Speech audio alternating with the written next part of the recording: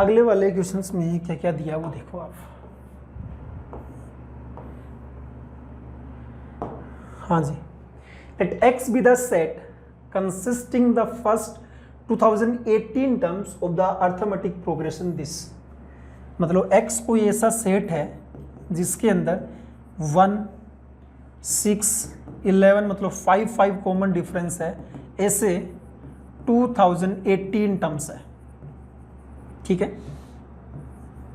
Common difference कितना है? 5 है। दूसरा जो y सेट है उसमें क्या लिखा हुआ है? Consisting 2018 terms of the arithmetic progression क्या दिया हुआ है?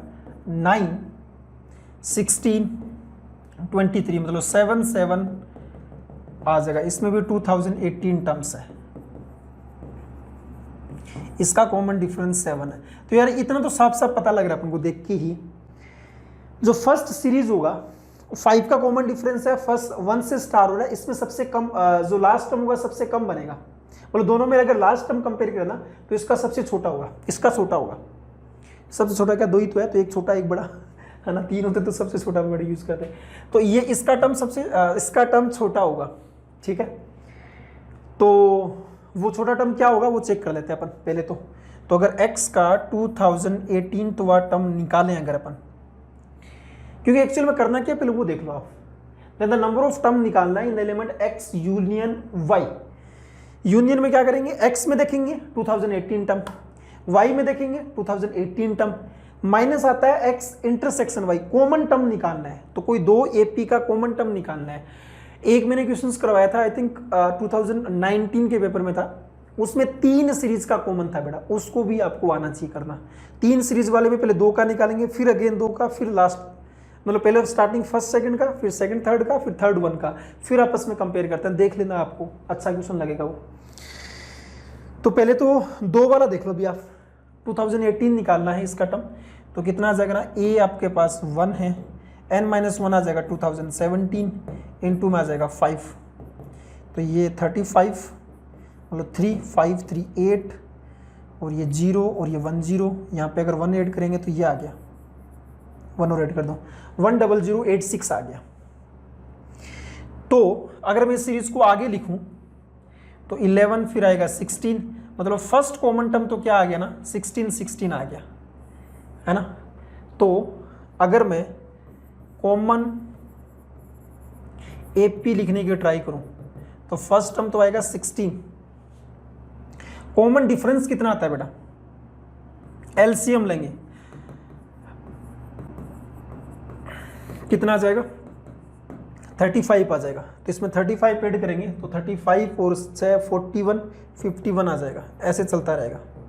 तो अपन अगर मान लेते हैं ऐसी n टर्म्स है, तो अपन को इतना तो मालूम है कि जो टर्म होगी वो इससे बड़ा तो नहीं हो सकता, या तो इसके बराबर होगा या फिर इससे कम होगा।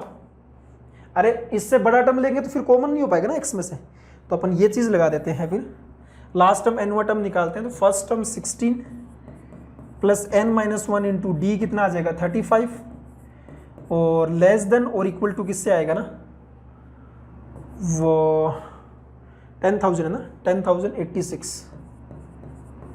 ठीक है, तो n-1 इंटू 35 लेस देन और इक्वल टू ये 16 गया तो 10,070 आ गया।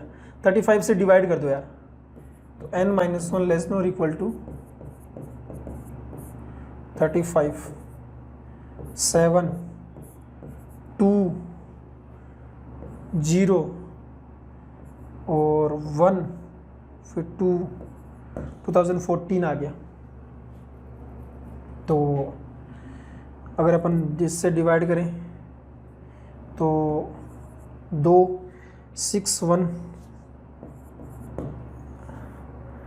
और 5 4, तो 2087 पॉइंट समथिंग आएगा। तो n लेस देन और इक्वल टू 288 पॉइंट समथिंग होगा। तो अपन बोल सकते हैं n इक्वल टू किससे आ जाएगा? 288 से आ जाएगा। इंटीजर में बात करें तो 288 टर्म कॉमन टर्म होगी। तो अब अपन लिख सकते हैं, अब फॉर्मूला लगा सकते हैं अपन ये वाला। Number of term in x union y is equal to number of term in x plus number of term in y minus number of term in x intersection y। x में कितना है 2018 term होगी, बोल रखा है starting में, इसमें भी 2018 टर्म, कॉमन कितना है 288 है, तो 4036 288 तो 8, यहाँ बच गया 12, 4 और यहाँ बच गया 39,